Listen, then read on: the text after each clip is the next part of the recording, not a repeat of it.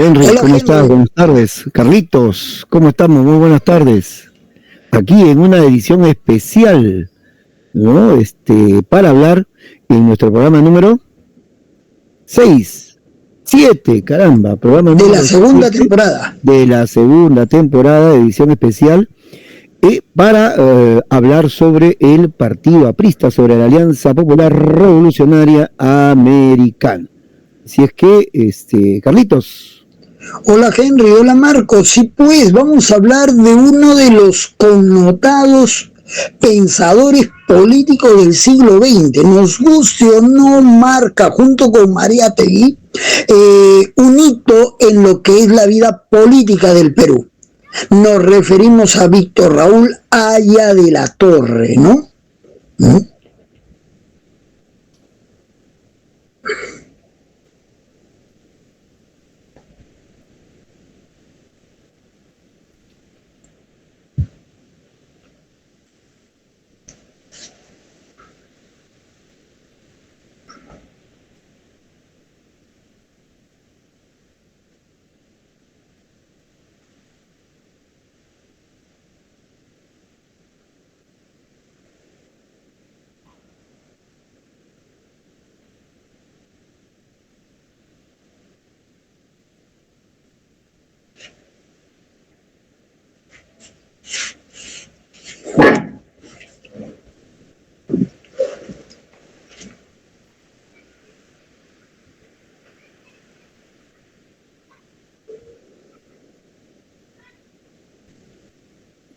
Pero te informo, Henry, que estás pasando por lo mismo.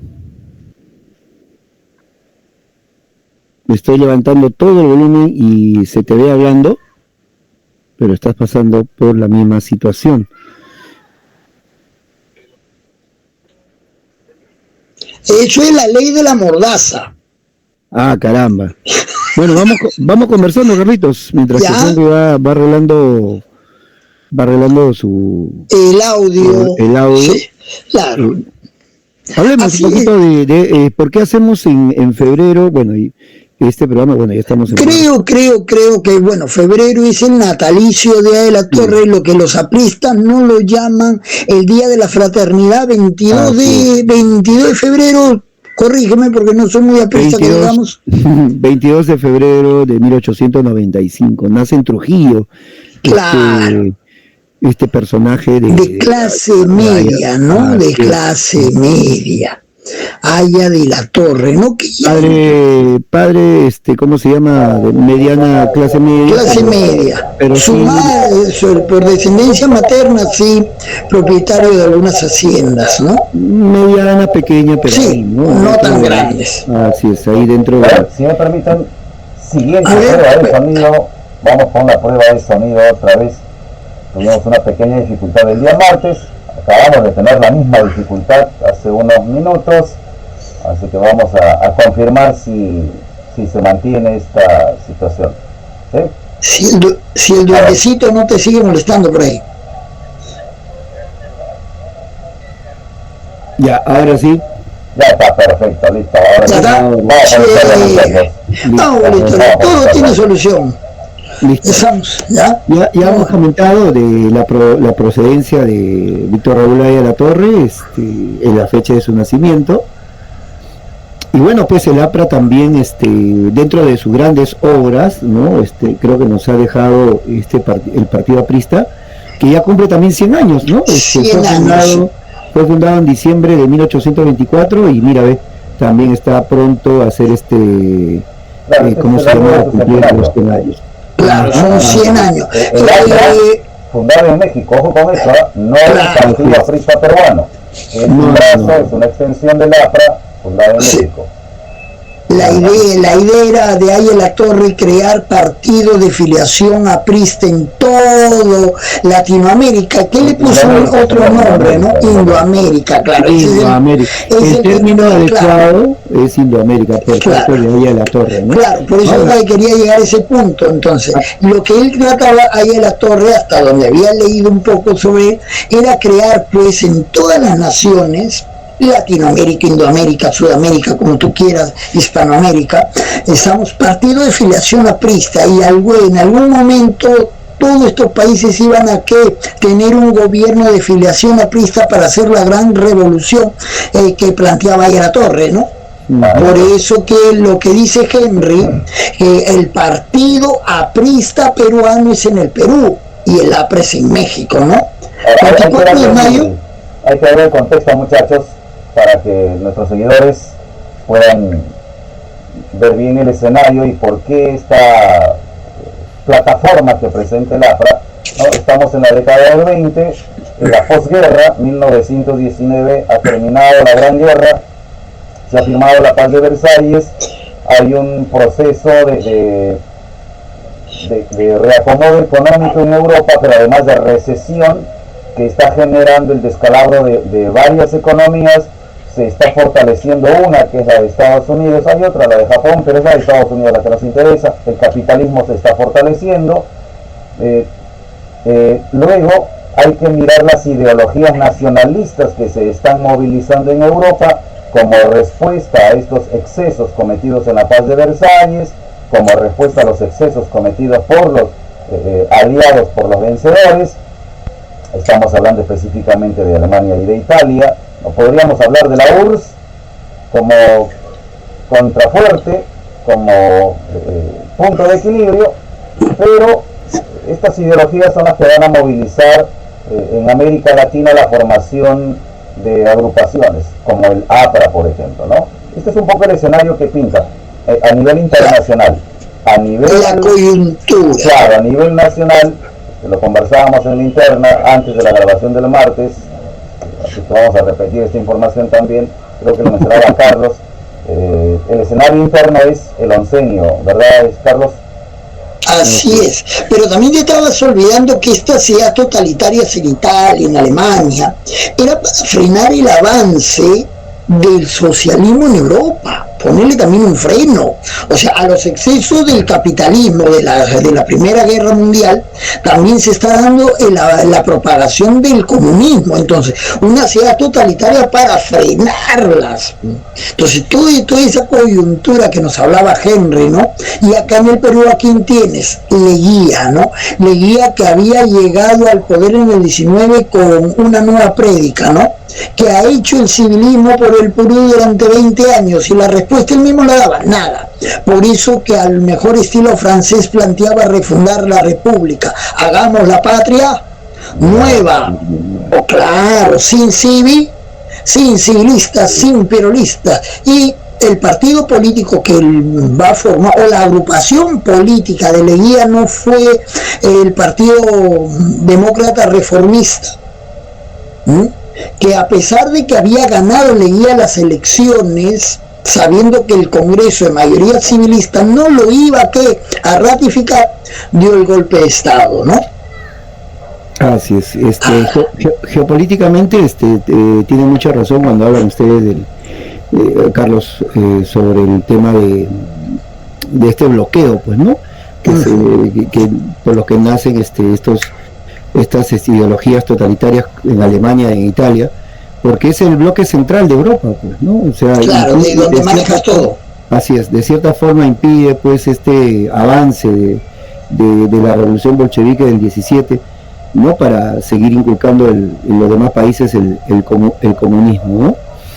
Y en estos, ¿cómo se llama? En estas ideologías totalitarias aparece lo del capitalismo estatal, pues, ¿no? Cosa que también dentro de la ideología aprista también existe, pues, ¿no? Está presente en sus prédicas, ¿verdad? En sus prédicas. Pero bueno, hay un libro muy importante, ¿no? Hay un libro muy importante que es el antiimperialismo y el APRA, ¿no? Y ahí, de la Torre. Sí, de ahí a la Torre. Y ahí empieza preguntándose ¿qué es el APRA?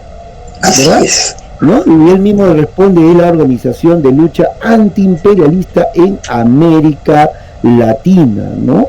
Ok, entonces está marcando un antiimperialismo, un término muy usado para la época, ¿no? Muy usado para la época, tras la influencia norteamericana que va a ser pues a comienzos del siglo XX. Y qué mejor, y qué más en este Perú que el gobierno durante el oncenio pues era el aliado principal de Estados Unidos, ¿no? Sí. Carlos. Henry, Marco, yo quiero preguntarles a ustedes, ¿no? ¿Por qué a la Torre el antiimperialismo y el APRI condenaba pues ese avance económico norteamericano que se estaba imponiendo en el Perú en el régimen de Leguía? ¿Y por qué no condenó ese imperialismo inglés? ¿Será acaso porque por su cercanía a su línea materna, que eran propietarios de haciendas en el norte? Me acaba de robar la respuesta de la boca, Pozor. Claro, o sea, aquí hay que contextualizar a los chicos, ¿no? Dale. Desde finales del siglo XIX, posguerra con Chile, y las primeras décadas del siglo XX, la economía peruana se vio robustecida con las grandes haciendas de la costa norte, en donde había capital inglés, pero ya estaba ingresando el capital norteamericano. Para finales de la década del 10, el capital norteamericano había cobrado más presencia. Creo que eso lo explicamos en el programa que hicimos en el cementerio. No, o sea, no es que se dio un cambio abrupto en 1919 y se corrieron los capitales ingleses, se ingresaron los norteamericanos, sino que fue todo un proceso, y en ese proceso de reacomodo es que se generan algunos problemas con los trabajadores y con la clase media de la costa norte peruana. Lo había explicado muy bien Carlos, ¿verdad? Creo que fue en el cementerio, Carlos, que explicaste eso, ¿ah? ¿De cuál? La caída de algunas haciendas, cómo es que la familia de Valle de la Torre se ve afectada también por esta crisis, ¿no? Y hay una mirada de responsabilización hacia las economías, hacia las empresas norteamericanas, y por eso es que Valle de la Torre crece con eso, ¿no? Porque aquí hay que recordar, Valle de la Torre no es un personaje que está en el pueblo, no es un personaje que está en la clase media baja, ¿no? Es un personaje de clase media con ciertos privilegios, con una educación privilegiada para la época, porque no cualquiera entraba a San Marcos para empezar. No claro, primero estuvo en la Universidad de Trujillo. Claro. Y después viene a Lima. En efecto.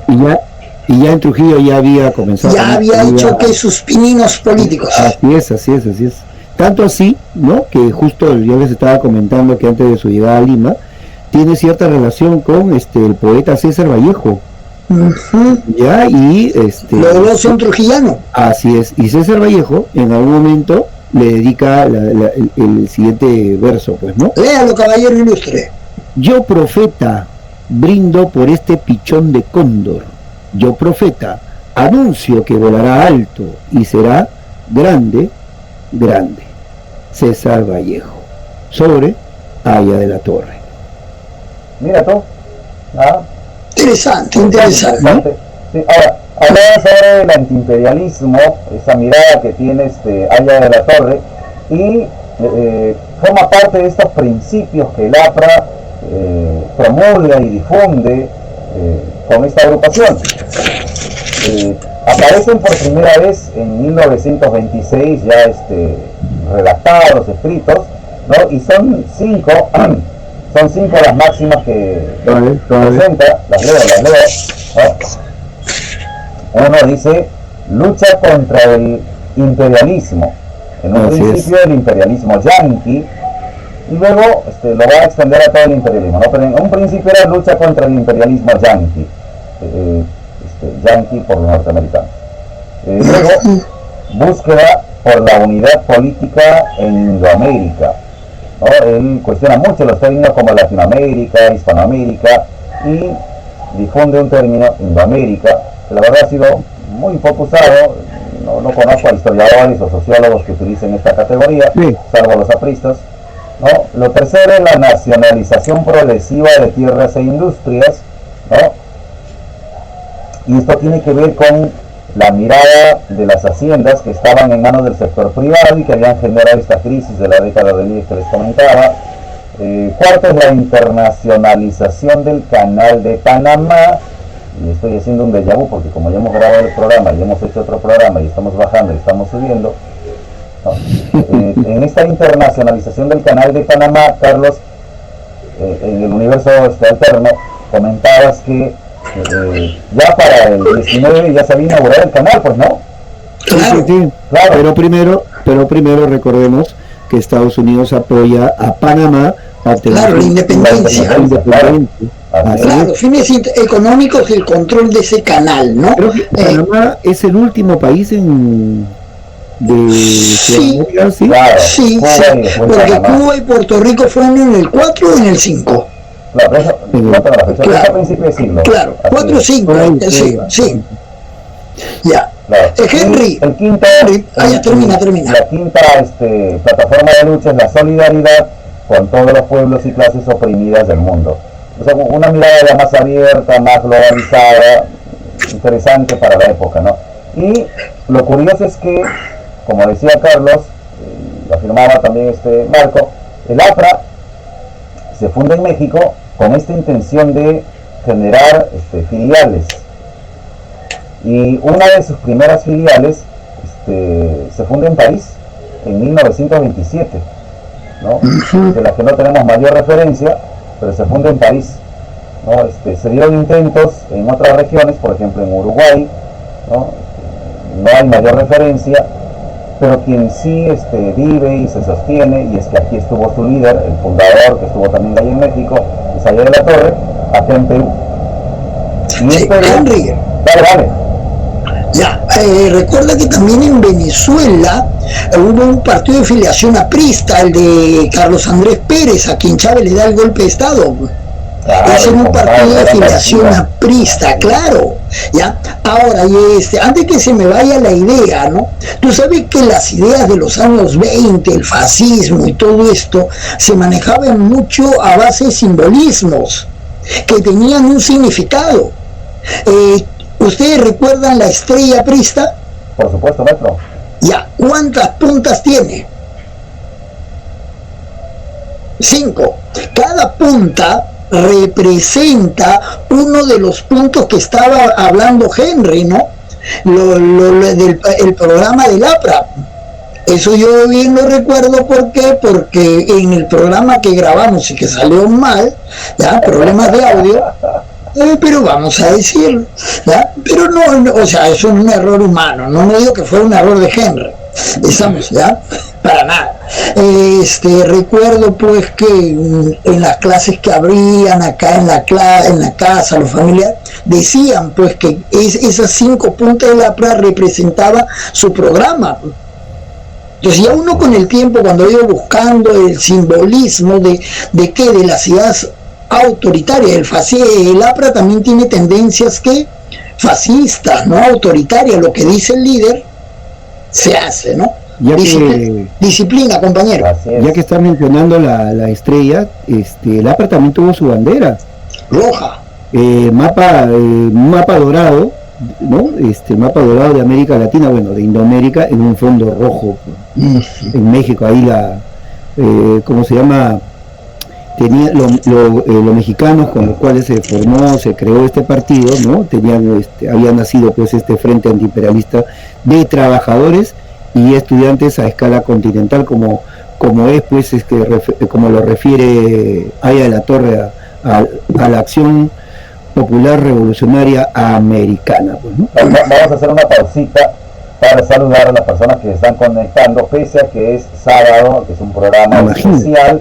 Gracias a las personas que se están conectando, gracias a quienes están compartiendo nuestro contenido.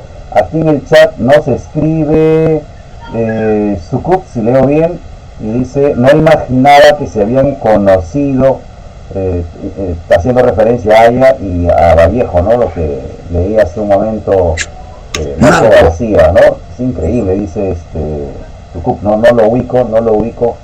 Pero un saludo para todos aquellos que nos están siguiendo. Gracias por estar comentando en el chat, en esta transmisión en vivo de sábado especial para ustedes.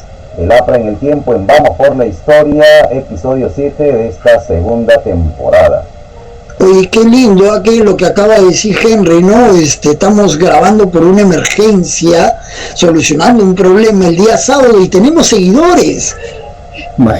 Eso nos alienta. Yo pensé que íbamos a grabar simplemente y no íbamos a tener seguidores, y me sorprendió lo que dice, me sorprendió lo que acaba de leer Henry. Bien por esos seguidores. ¿Sabes qué me llama la atención? Que cuando revisamos la estadística de los que han visto la transmisión, no los tenemos a todos porque algunos ven el programa sin suscribirse, entonces no los identificamos, pero están viendo el programa porque después nos comentan. ¿Se acuerda lo que nos dijo Pocho? Rodolfo Salas. Sí.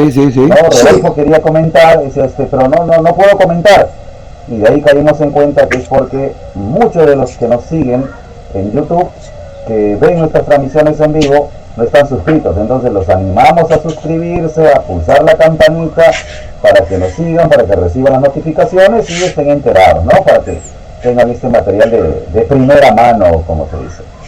Para darle un poquito más de referencia a este seguidor que nos escribió, que no tenía idea que sí conocían, ambos pertenecieron al grupo de La Bohemia. Claro. Sí, es un grupo intelectual en la Universidad de Trujillo, y ahí se conocieron y ahí hicieron una entrañable amistad ambos. Claro, es el famoso grupo, no sé si estoy bien, el grupo del Sólido Norte con Alcides Pelucín. Hay un grupo de intelectuales del norte, ¿no? La Bohemia, La Bohemia, ya. Que inclusive tuvo contacto con acá en Lima era Colonial, el grupo Colonial. El grupo Colonial. Claro. Ahí realizaban estos lazos intelectuales, ¿no? Claro. Bien. Habíamos hecho la intro. Y unas ¿cómo se llaman? Unas anécdotas bonitas también, ¿no? Yo creo que sí, deberíamos recuperarlas. Bueno, comencé yo diciendo pues que viví en Breña mucho tiempo, ¿no? En Girón Carhuaz, ahí en la cuadra 3 de Girón Carhuaz, que en la esquina, en la cuadra 1, a la espalda de lo que era Escala Gigante, hoy es un metro. Hoy es metro. Ahí está. Uno de los primeros supermercados de Lima, junto con Monterrey, Tiendas Tía, ¿no? Todos. Antiguo, Escala. Era Escala, pues, ¿no? Y Galax. Escala Gigante era, pues, verdaderamente Escala Gigante, ¿no? Para que se ubiquen nuestros seguidores, era como el Focus de hoy, pero sí, de los así es. 70, 80, pues, ¿no? Que hay que remarcarle, por eso nuestros seguidores se van a perder todos esos centros comerciales, pues, durante el primer García. Así es. Bueno, claro. Entonces, herencia prista. Por ejemplo, yo le decía que vivía en la esquina de en la cuadra 3, pero Carhuaz, su cuadra 1, era esquina con Alfonso Ugarte, y ahí unos pasitos hasta hoy está la Casa del Pueblo, pues, ¿no? Tenía un tío, mi tío Juan Pardo, ¿cómo se llama? Juan Pardo. No, es el Luis Pardo. Es el Luis Pardo. De repente, y que bandolero era bandolero mi tío, no, que en paz descanse mi tío. Nos enseñó a mi padre y a mí el mundo aprista, pues, ¿no? Y para empezar era pues en la Casa del Pueblo, pues, ¿no? Como le dije, como conté aquella vez, era para ir a cortar el cabello, para comer. Salchipapa. Ahí conocí pues no, tenía su comedor, y ahí conocí pues la famosa aula magna, ¿no? Y era impresionante escuchar ahí a quien hablara, porque se retumbaba sin necesidad, ojo, de repente hay alguno que me va a decir que no, pero sin necesidad de micrófono retumbaba ahí la voz del orador, la acústica, así es, la voz del orador de turno, ¿no? Y ahí me faltó agregar de la academia que existe, preuniversitaria, que existe Antenor Orrego. Así es, Antenor Orrego, que ha puesto funcionando, sí, y ha puesto a varios en la universidad, porque tienen un excelente nivel. Y ahí creo que ahí sí empalmamos con lo que Henry va a contar, pues, ¿no? De la Prismo.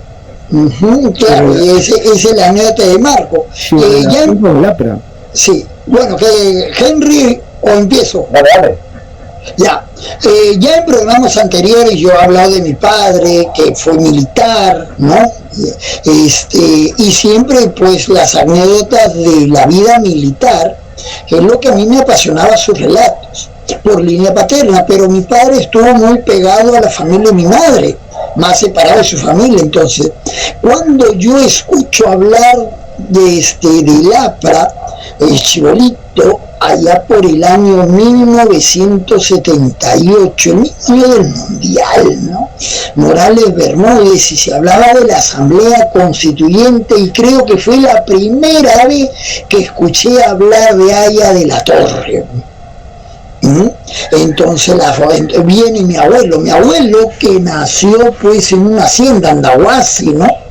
Estamos en Andahuasi. Y luego cuando en el gobierno de Leguía se da la famosa ley de conscripción vial, la construcción de carreteras, se los llevaban, pues, una suerte de leva, ¿no?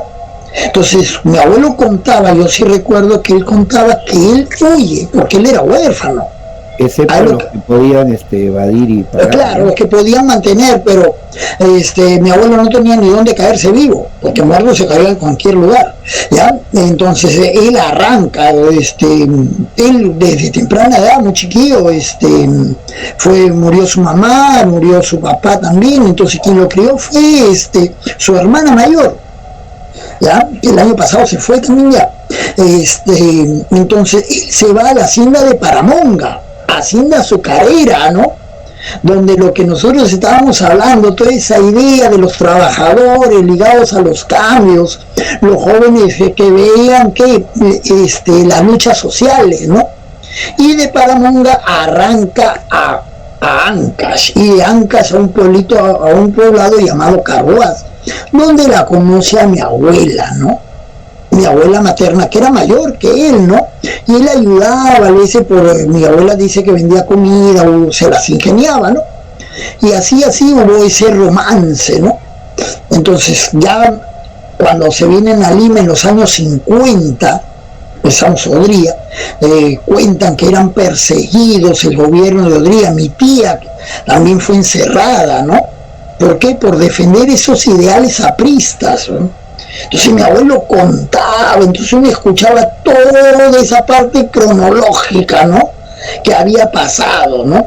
Entonces yo lo tengo que aceptar, que con todos esos relatos como que un poquito me identificaba, ¿no? Con el Lapra. Luego ya tomé conciencia de que estaba errado. Disciplina, compañero, disciplina. Sí, pero muy ligado por línea materna. Mi madre también votaba enamorada de qué, de los discursos de Aya de la Torre y luego de Alan García. Es el partido político con mayor vigencia en la historia del Perú. Así es. Quiera que no, para bien o para mal. Desde su fundación. En efecto. ¿No? Bueno, en mi caso, yo contaba, y es lo que no escucharon. Pero con el mismo movimiento de mano, por favor. Ese día la gente me escribía, profe, no se escucha, Henry, no te escucha. Estaba a kilómetros de la laptop para activar el audio. Pero bueno, yo contaba, le contaba a los muchachos que mi proximidad con el APRA es desde muy pequeño, ¿no? Mis padres invadieron un lugar llamado Asentamiento Humano Víctor Raúl Aya de la Torre. La invasión, le decíamos. Creo que hasta hoy mantiene, pero muy poca gente ya le dice la invasión. Víctor Raúl Aya de la Torre, porque había fallecido ahí nomás, hacía unos días, el gran líder aprista, 1979, y se había ocupado ese espacio. Era un enorme terreno baldío que le había pertenecido a la familia Payet, era una fábrica de ladrillos calcáreos, y se ocupó, se convirtió en una invasión, ¿no? Con esteras, con su banderita, con todas esas cosas. Y las calles tenían nombres de líderes apristas. Ahí no era pues calle 1, calle 2, no, era calle Andrés Tausen Escurra, calle Búfalo Barreto. Claro. Búfalo Barreto, Manuel. Qué bien, ¿eh? Todas las calles tenían nombres de personajes apristas y nos dividíamos no por manzanas, sino por sectores. Sector 9 aprista, sector 8 aprista, sector 16 aprista. Eso es independencia, ¿no? Claro, frente a Tahuantinsuyo, en el cerro que colinda con la espalda de Comas, ahí, en ese cachito. En el paradero La 50, maestro. Sí, conozco. Hoy es una zona de venta de repuesto de autopartes. Al frente. Claro, porque siempre La 50.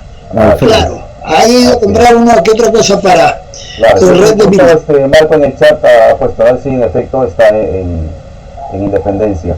Y ¿quién, Marco? Marco García. Yo pensé. Y de pequeño yo recibí charlas apristas, compañeros. A mí me dieron charlas Mercedes Cabanillas, Jorge Castillo, Luis Alba Castro fue a visitarnos alguna vez, porque allá se hacía formación de cuadros. Y los tres fueron candidatos, ¿no? Los tres fueron candidatos alguna vez. Claro, chicos apristas peruanos.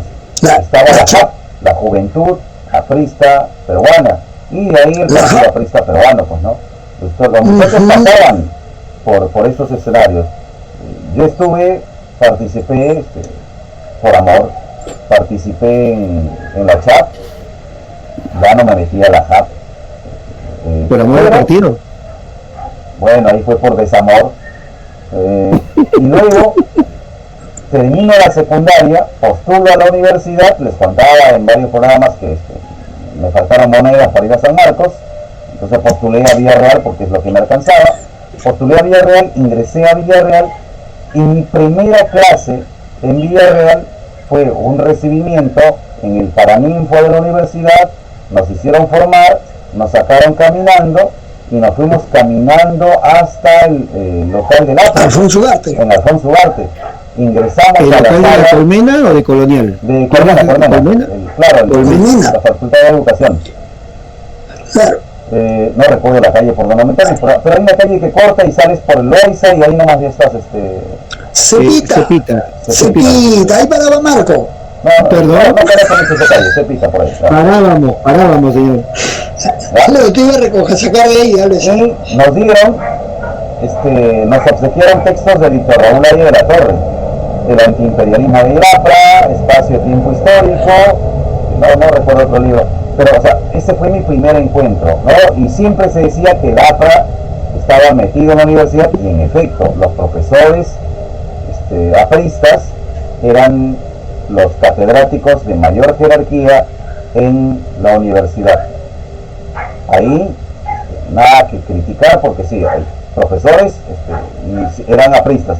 Recuerdo mucho el Centro Federado, pero junto al Centro Federado también estaba otro centro que era de filiación aprista, y me acuerdo que había una bronca entre ambos, siempre estaban chocando.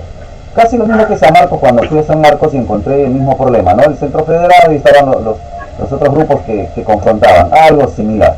Pero en Villarreal era con el APRA, y ahí estuvo mi cercanía, y por eso que conozco bastante del APRA, ¿no? Porque tuve mucha cercanía con esta agrupación.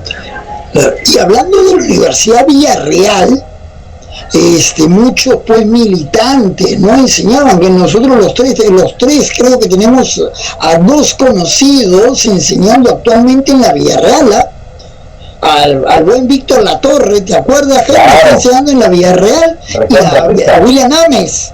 Claro, William Ames. Claro que sí. Claro, mira, y los dos la semana pasada me enteré que están dictando en Villarreal, ¿ya?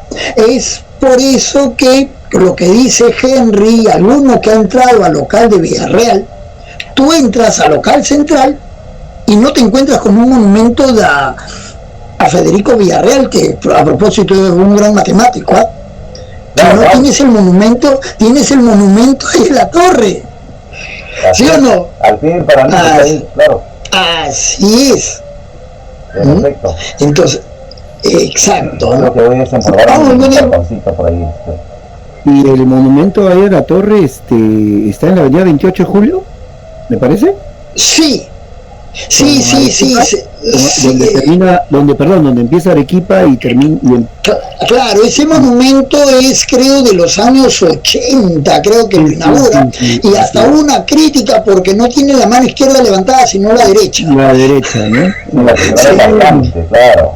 Sí, y tiene, Henry hablaba de la JAP, de la CHAP, y para los que nos están siguiendo, ¿no? Toda esta idea de formar desde pequeños que militantes no es lo mismo que el fascismo de Mussolini o el nazismo de Hitler. ¿No se dio también igual?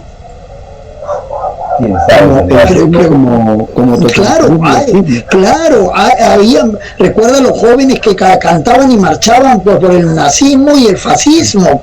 Sí, claro, convencido de la ideología. Y el APRA fue pues ese partido que marcó seguidor, a pesar de que varió muchas veces, pero siempre mantuvo ¿qué cosa? La lealtad de sus seguidores. Sí, pero aquí, Carlos, hay que hacer un hincapié, ¿no? Que el APRA no le dieron la oportunidad de gobernar y de ver plasmado su programa, pues, ¿no? Así es, sus máximas no se pueden implementar. Sí, es otra cosa. Aunque Víctor Raúl decía que cuando llegó el gobierno revolucionario de las Fuerzas Armadas, le copiaron sus máximas, ¿no? Y bueno, ya sabemos cómo terminó ese gobierno, ¿no? Ahora, Haya de la Torre es el político que domina, ¿no? Domina este panorama aquí en el Perú de los años 30, de los años 40 hasta los 50, ¿no? Recordemos que le hizo frente a Leguía, ¿no? Claro. Le hace frente a Leguía, le hace frente a Sánchez Cerro, le hace Alegría, le hace frente también a Bonavide, ¿no? Pero también el APRA ha tenido su lado oscuro, pues, ¿no? El lado, a ver, ¿cómo podemos utilizar digamos, vinculado a ciertos hechos terroristas, pues, ¿no? Digamos así. Recordemos lo de 1932. Vamos a hablar de tiempo para que nuestros seguidores se ubiquen bien. Entonces, el APRA fundó en México en el 24. En el 24. Llegan a Perú. En el 31 el PAP. Pero el 23 hicimos ese hincapié de la famosa masacre del 23. ¿Se acuerdan? Sí, repítela. Así es. Porque no lo escucharon.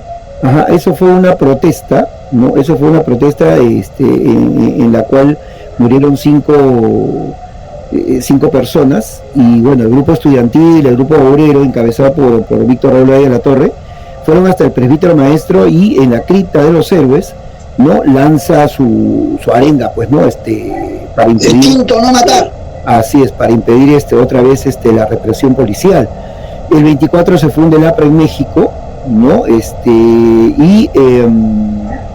Por ejemplo, el 27 va a crear a fundar la revista Indoamérica.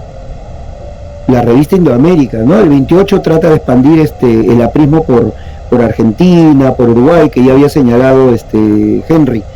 Y llegamos al año 30, ¿no? Con las elecciones, ¿verdad? Claro. Las elecciones. A ver, dale. Claro, pero mírame, hay que precisar, ¿no? Que Haya de la Torre apoyó en un principio, pues, la idea de la patria nueva de Leguía. Por si algunos agarran y no saben que en un principio Haya de la Torre lo ve y lo llama a Leguía el maestro de la juventud, título que solo se le daba a profesores universitarios, porque Leguía encandiló a mucha gente ofreciendo un cambio, ¿no? Y los jóvenes veían que en Leguía ese personaje capaz de enfrentarse pues a la vieja oligarquía civilista, ¿no? Pero luego en pleno gobierno de Leguía, para ganar votos, Leguía un tipo muy hábil, intenta ganar el apoyo de la Iglesia Católica, que incluso fue nombrado o fue propuesto para el Premio Nobel de la Paz, cuando intenta traer al Perú la imagen del Sagrado Corazón de Jesús, y ahí la Torre se convierte en el principal opositor utilizando una frase, ¿no? Que la religión es el opio del pueblo, ¿no? Motivo por el cual ahora la iglesia entonces veía que lo que planteaba ahí la Torre estaba más ligado que a las ideas de la Revolución Rusa. Así es. Vamos a hacer la línea rapidita porque nos han dejado una pregunta interesante en el chat, muchachos. Sí. Vean, el APRA se funda en el Perú el 30 y tiene un derrotero hasta la fecha de hoy, pero pasa por momentos críticos, como decía Marco, ¿no? Tenemos las elecciones del 31, 31, la crisis del 32, asesinatos el 36, el 33, el 36, conflictos el 39, problemas del 45 al 48, persecuciones en los 50, acuerdos y conciliábulos en los 60, persecuciones en los 70, la participación en la constituyente del 78, el nefasto gobierno del 85 al 90, persecuciones entre comillas. Claro, la historia fantástica de los 90 con Fujimori, el retorno de García y la segunda gestión aprista del 2006 al 11. El faenón. Y en algunos momentos siempre se ha dicho, no, ya ahora sí el APRA desaparece, pero compañero, el APRA nunca muere. Nos han dejado una pregunta en el chat, buenaza. Un saludo para Anthony DKB, dura de su pregunta, pero es muy buena pregunta en realidad, muy buena pregunta. Dice, no sé si es buena pregunta, dice, pero consulta si qué tan cierto es el APRA al ser vinculado, al ser unido, relacionado con Sendero Luminoso por el terrorismo, dice él. Porque así como Sendero Luminoso cometió actos terroristas, el APRA en su momento cometió también actos terroristas. Así es. Pregunta buenaza, digo, porque es difícil la respuesta, así que voy a... Pero podemos dar una pequeña... Recordemos que en 1959 se da la Revolución Cubana, y esa influencia pega mucho en Latinoamérica, pues, ¿no? Claro. En los países sudamericanos. Y el APRA no va a ser indiferente ante este movimiento, esta revolución. Es ahí que en los años 60 aparece el famoso APRA rebelde, pues, ¿no? Claro. Hay este divisionismo que se va a revelar en el sur, ¿no? El famoso MIR. El APRA rebelde primero y luego el MIR. Así es. Entonces, claro.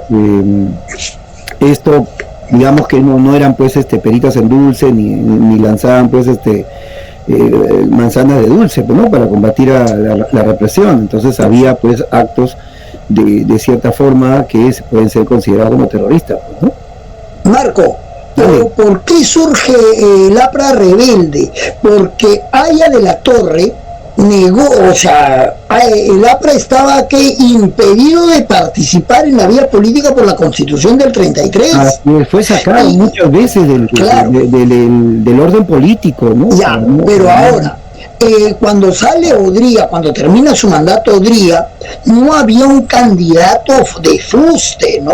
Y recuerda que lo tienen que ir a traer desde Francia, desde París, a Prado Ugarteche, que es el último pues presidente oligarca, y Prado viene y se encuentra no con la Lima que él conocía, ¿no?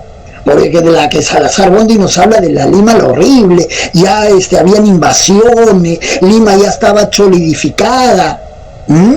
Entonces, y el APRA, lo que hay que reconocerle que es un partido organizado de bases a nivel nacional. Entonces los candidatos Lavalle, Prado, negociaban con el APRA esos votos que se podían endosar. Y el APRA no iba a dar los votos por nada. ¿Qué necesitaba el APRA? Para presentarse elecciones. Entonces negocia, los antiguos enemigos se unen, ¿no? Le da el apoyo a Prado.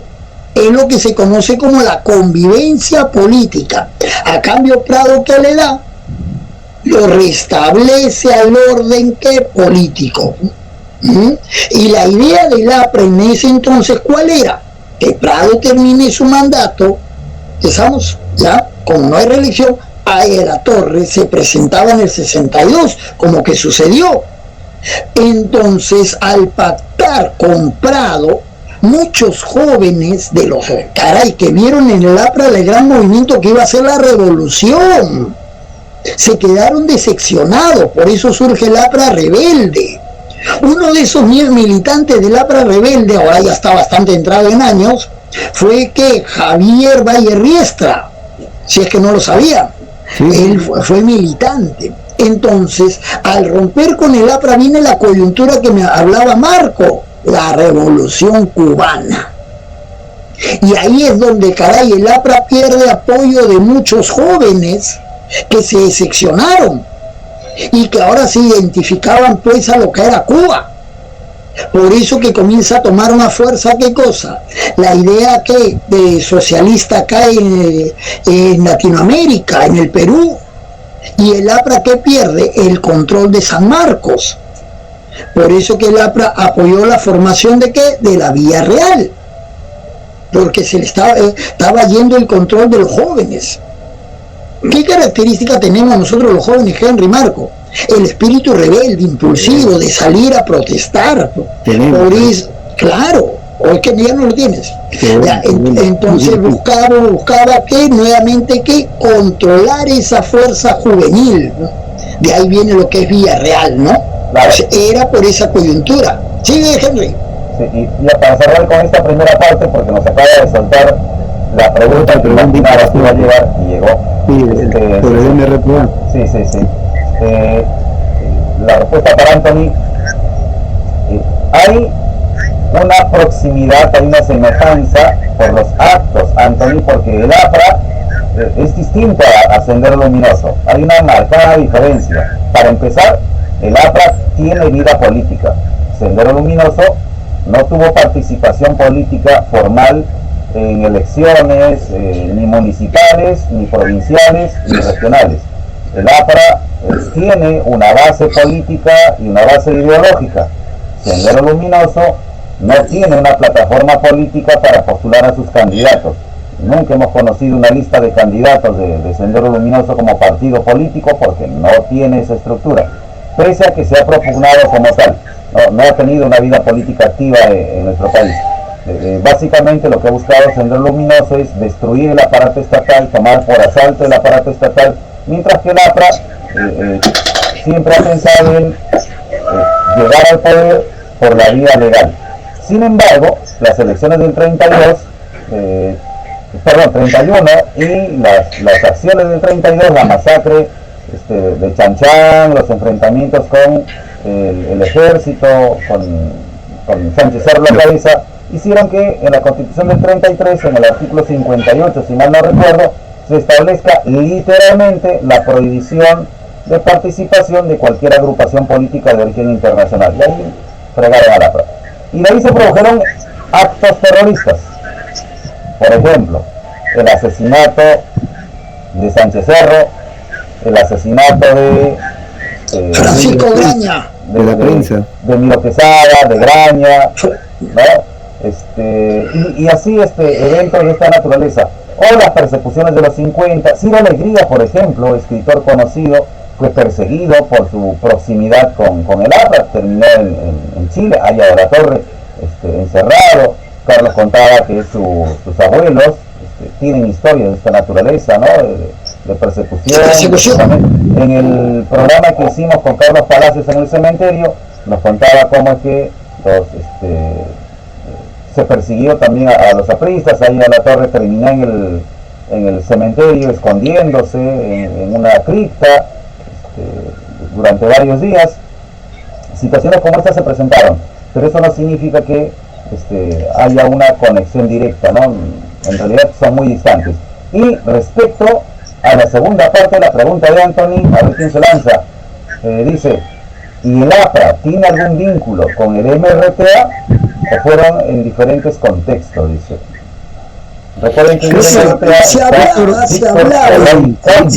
de que haya de Alan García y Víctor Polay Campos, fundador del MRTA, que fue militante aprista, compartían habitación cuando estaban estudiando en París. No, ahí no me lanzo a afirmarlo, en la Sorbona. Entonces eran muy allegados. Es más, el padre de Víctor Polay al 100% fue militante aprista.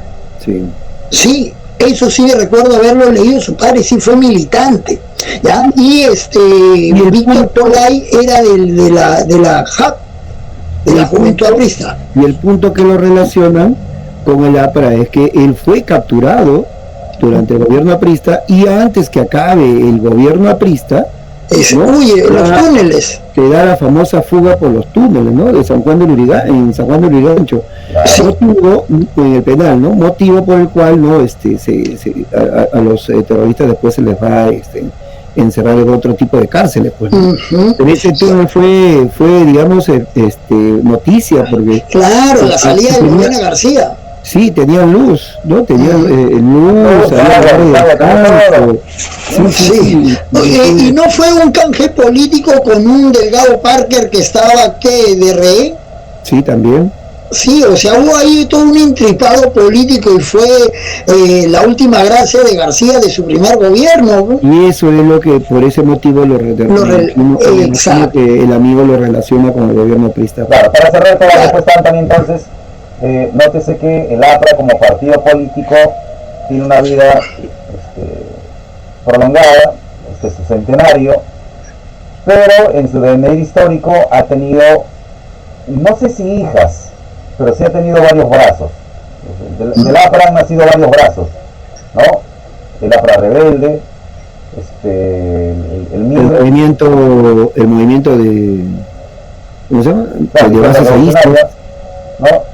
De ahí el Comando Rodrigo Franco, Rodrigo Franco, que está dentro de la leyenda, la historia oscura que hay en el gobierno. Agustín Mantilla, ¿no? Hay tela para cortar, ¿ah? Claro, nos van a saber por yo no sé. Luego,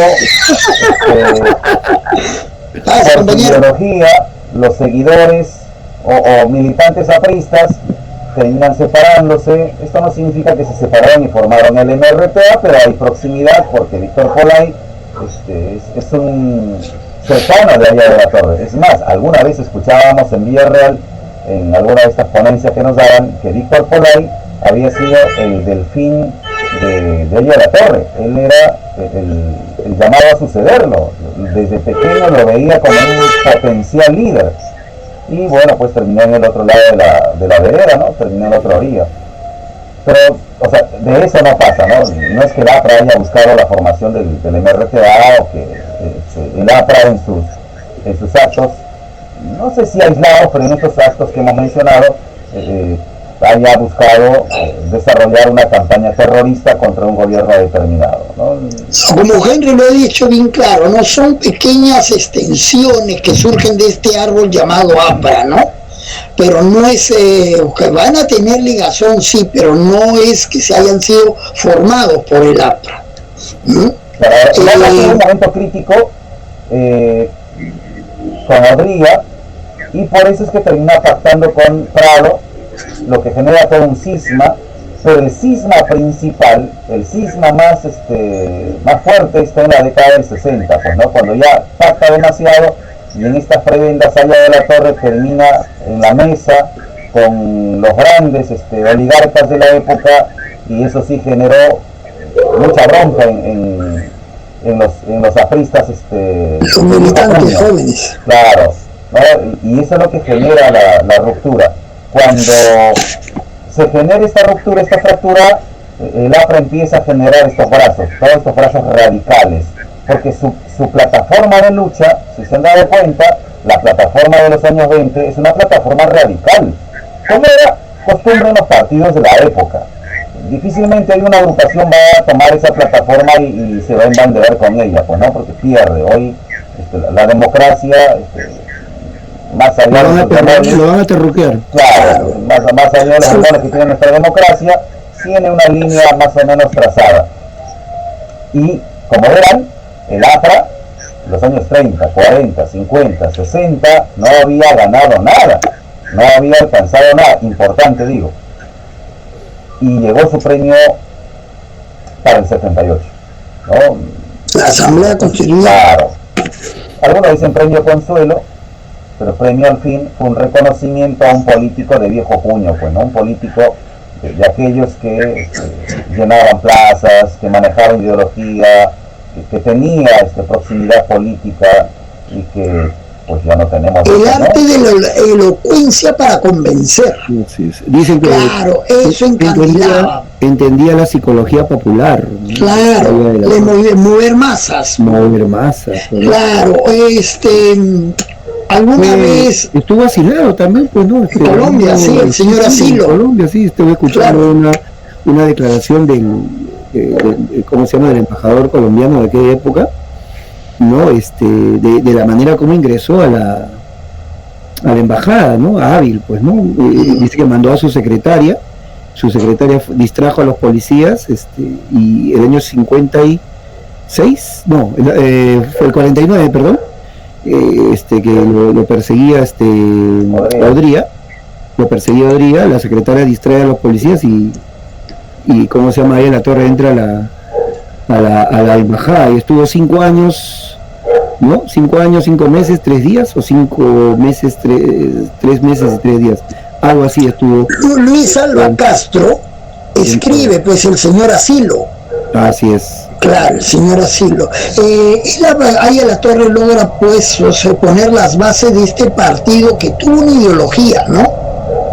Alguna vez hicieron una comparación, ¿no? Tú sabes que a Mariátegui, primero los contemporáneos lo tildaban de pequeño burgués, que no era socialista, pero cuando muere Mariátegui muy temprano, lo ponen como la bandera en América de ¿qué? Del comunismo. Y algunos dijeron, ¿qué hubiera pasado si hubiera sido al revés? No, si Aya de la Torre hubiera muerto a temprana edad como Mariátegui, y Mariátegui hubiera vivido hasta los 90, o hasta los 80, perdón, tal vez al APRA lo hubieran tildado como el gran partido de la Revolución de América, la bandera del comunismo Aya de la Torre. Lo que hicieron con Mariátegui, ¿no? En el libro de Carlos Contreras hay una infografía bonita sobre la evolución del comunismo en el Perú. Y miran bien esa infografía, se nota ahí cómo es que uno de estos brazos del Partido Comunista fundado por Mariátegui, el Partido Socialista, diríamos, a ver, la hija, la nieta es Sendero Luminoso. Y Mariátegui no fundó su partido pues pensando en que en unos años van a ser adelante, claro, no, de ninguna manera, ¿no? Y yo creo que si hubiera tenido la edad, se hubiera prolongado su vida, creo que hubiera sido el primero en salir a protestar, ¿no? A oponerse a ese tipo de ideología, sí. ¿no? Claro. Pero bueno, vamos a empezar porque ya son las 7, nos ha ganado la hora, muchachos. Y uno al fin de ahí a la Torre logra gobernar el Perú 2 veces, ¿no? 2 veces. Lamentablemente el año en la recuperación de la democracia entre el 80 y el 85, no, Belaúnde lamentablemente no puede con esta crisis, no, agravada también por el conflicto con el Ecuador, por el tema del fenómeno del Niño, no, aparece Alan García, pues, no, como la solución a todos los problemas nuestros. Recuerdo mucho la generación de mi padre, ¿no? La generación de mi padre, todavía de chiquillo, 13, 14 años, escuchaban pues anodadados, mi tío que le decía Juan Pardo, anodadados, pues, ¿no? En esos grandes mítines que se daban en la avenida Alfonso Ugarte, ¿no? A un Alan García muy elocuente, muy, como era, hipnotizador de... ¿no? Encantador de serpientes, ¿no? Impresionante, una de las personas que yo sí me he puesto a escuchar 1 hora y media tranquilamente, y es una persona que te convence, pues, ¿no? Totalmente, ¿no? Y bueno, convenció a esa generación, se postuló para el año 85 y fue elegido el presidente más joven, ¿no? Constitucionalmente hablando, más joven de la historia, ¿no? Con 35 años de edad. Claro, era la renovación del APRA, ¿no? Lo que dice, la muerte de la Torre hace que el APRA, las elecciones del 80, llegue pues diezmado, dividido en dos, el movimiento de bases está con Tauce, hay Armando Villanueva, que era el candidato, pero no era un tipo carismático, no era líder. Claro, y encima le jugó pues la campaña antichilenista, también, que venía de la época militar. Recuerda que el campo era chilena, se rasgaba las vestiduras, que no íbamos a tolerar una mujer chilena como primera dama. Así es. ¿Ya? O sea, sí recuerdo toda esa campaña, les contaba por mi abuelo, ¿no? Y los 2 primeros años, tanto el 85 como el 86, fueron años de populistas, ¿no? Populistas, claro, congelamiento de precios, subsidios, los subsidios, la elevación de los sueldos. Claro, elevaron los sueldos. El aplauso. Mi papá a la casa, ¿no? Yo que vivía en Víctor Raúl de la Torre, gocé de esas cosas, pues porque nosotros nos llevaban a la casa del pueblo, nos daban nuestras canastas, nuestros regalos, nuestra chocolatada. Cosas que cuentas en los últimos viajes. Claro, en una de mis novelas cuento eso, por ejemplo, ¿no? Claro, viajaba de su casa local. Y era... Y a pie. Sí. Fue uno de esos viajes. Pero vean cómo es que el APRA tuvo su momento para implementar, pero al decir de la Torre, el espacio-tiempo histórico había cambiado. Los 80 son los años de culminen de la Guerra Fría, ¿no? Ha caído el muro de Berlín, está cayendo la Unión de Repúblicas Socialistas Soviéticas. García mantiene un discurso vetusto, un discurso desfasado para la coyuntura económica que está viviendo el país y la región, y eso le pasa factura a García. García no entendió que estábamos en un periodo de crisis y que había que tomar algunas decisiones. Y adaptarse a sus cambios. Pasados estos 2 años de paraíso en el que vivimos, nos fuimos a pique. Pues. 2 fueron las medidas que llevaron a pique al gobierno aprista, ¿no? La primera, el pago del 10%. No destinar más del 10% del valor de las exportaciones. De las exportaciones, y la segunda, que bueno, parió el Movimiento de Libertad de Vargas Llosa. El intento de estatizar. El intento, sí. Claro, porque lo primero que hice marcó el no destinar más del 10%, determinó que el Fondo Monetario, el Banco Mundial, el Banco Interamericano para el Desarrollo no de crédito. Claro, país inelegible. Inelegible para todo tipo de crédito. Así es. Pero sí, yo discrepo con el tema de intento de estatización, porque los tanques entraron a varios locales, al Banco Vice, al Banco Latino, acuérdate que Pardo Mesones se encerró arriba, ¿no? Sí, pero dio marcha atrás, o sea, fue el intentón, pero dio marcha atrás. La presión fue tan fuerte que no la concretó, no lo llegó a materializar. Fue la intentona. Claro. ¿Cómo vamos de tiempo? Vamos, estamos en 1 hora con 6 minutos transmitiendo en vivo. Un minuto para una lecturita y moneta. Mira, el APRA fue capaz de hacerse este viraje que contradecía sus planteamientos originales sin perder la mayor parte de sus seguidores, porque después de 1931 existieron muchos militantes simpatizantes leales y disciplinados dispuestos a hacer grandes sacrificios por esta organización política y por su líder. El APRA representaba una gran fuerza popular entonces. Sus militantes estaban unidos por una mística común, compuesta de tradiciones, ritos, canciones, prisiones, mártires y exilios. En suma, una verdadera cultura popular aprista, en una contradicción que cada cierto tiempo enfrentaba sus bases generalmente más radicales con sus demandas de cambio con sus dirigentes, ambivalentes o temerosos del desborde popular y dispuestos a llegar a acuerdos con la oligarquía o los gobiernos autoritarios. En síntesis es lo que hemos estado explicando del APRA. Así es. Bueno, Esto fue Lapra en el tiempo, siempre nos queda corto el espacio de una hora, pero ahí vamos dándole información a nuestros seguidores. Gracias por acompañarnos en esta transmisión, en vivo, especial para ustedes, un sábado por la tarde, para subsanar, por respeto a nuestros seguidores, las fallas técnicas que tuvimos el día martes 27 de febrero. Y bueno, adivinen qué ha ocurrido. Se acaba de meter el gol más rápido del campeonato nacional de fútbol. No, mira que Paolo. Adivinen, señor. Paolo. No, a las 8 todavía, a las 8 todavía juega. Ah, ya. Ah, mira tú. Imagínate. Bien, bien. Muy bien. El día martes tenemos un programa especial, señores. Así es que a quienes están viendo en este momento, prepárense y corran la voz, porque el martes, ¿qué tenemos martes? ¿Qué tenemos en el menú? Nos vamos al Centro Arqueológico de Pachacama. Por supuesto, desde ahí vamos a hacer el programa número 7, ¿no? Sobre María Rostorovsky, ¿no? Vamos a hablar... Tobar de Descanseco. Ajá, recordemos que el día 8 de marzo es el Día Internacional de la Mujer, pero estamos tomando la perspectiva de esta historiadora, ¿no? Una de las grandes historiadoras del Perú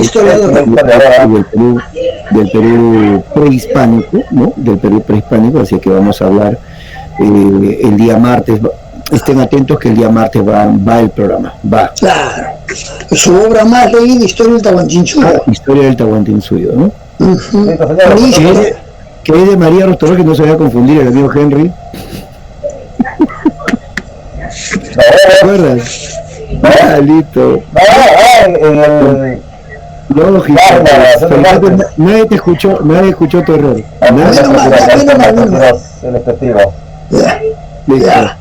Entonces ya volveremos entonces el martes, por favor, 7 de la noche, para hablar sobre María Rostorovsky Tobar, a propósito del Día de la Mujer en marzo. Y ya lanzamos en esta tarde nomás, lanzamos en cualquier momento el menú de marzo. Gracias por acompañarnos, un abrazo. Gracias, Anthony, por tu saludo. Genial, dice 10 de 10. Para los profes, lo máximo, Anthony. Saludos para todos. Sí. Nos vemos. 10 de 10, pero nosotros... Vamos con la historia. Nosotros calificamos sobre 20.